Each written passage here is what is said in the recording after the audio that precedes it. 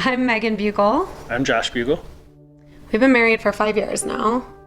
We have 2 little boys, ages 2 and 5. So when I moved to Colorado, Josh and I were both single people. We weren't, we certainly weren't going to church every week. I think we both had faith and beliefs, but honestly, neither one of us felt as though we deserved God's love. When we met, my faith was kind of in the background. I traveled a lot for work, and basically I worked hard and I partied hard. Honestly, it took what happened to Megan for me to turn around and look back at what it was that would bring me back into my actual faith. We were having a very normal Sunday at home, and our children were playing with Play-Doh at the kitchen counter, and I was doing dishes. I was cleaning a vase in the sink, and it was such a normal Sunday. We'd had 1,000 other Sundays just like it, and I felt this horrible sensation kind of rip through my arm. I looked at Josh and I said, my whole arm just went numb. He said, "Are you okay?" And at that point, the pain was really intensifying, and I just shook my head no. So when she couldn't answer and say anything, I knew right away that I needed to call 911. So I called them, got on the phone with them. Probably one of the most more scary parts that I've ever had to endure, just because it's literally watching somebody that you care so much about not being able to move or do anything.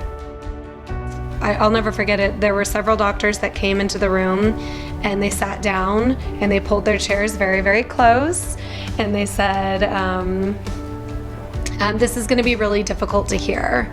And we both kind of just looked, and he said, "You have brain tumors that are causing seizures." So we knew that I had 23 days before surgery, and we also knew that I might not make it through surgery. We knew the consequences. We also knew that if I didn't have surgery, I was going to die anyway. The meningiomas would continue to grow and would ultimately cut off blood supply to my body and cause death anyway. So it felt as though we only had one option. I was very clear that, that I was putting all of my faith in God at that time.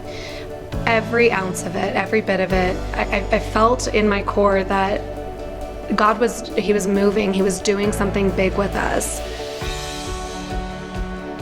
We have a choice when things like this happen. We can choose to look at all of the bad.